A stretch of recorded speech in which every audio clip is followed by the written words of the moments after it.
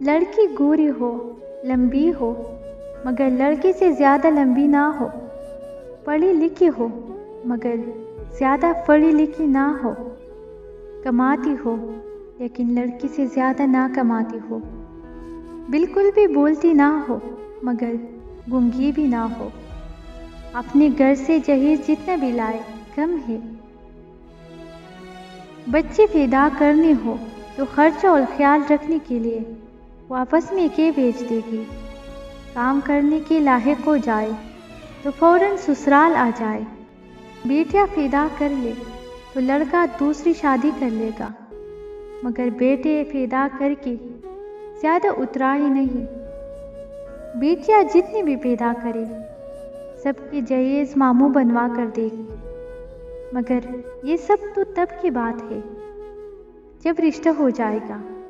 آپ کی لڑکی کو تو چشمہ لگا ہے، ہمیں یہ رشتہ منظور نہیں، یہ تو بہت موٹی ہے، یہ تو کافی چھوٹی ہے قد میں، ہماری معاشرے میں بیشتر لڑکیاں صرف اسی معیار تک اتراتی قبر میں اتر جاتی ہے، آخر کیوں تمہاری بیٹی کے ساتھ کبھی ایسا ہو تو کیا گزرے گی تم پر؟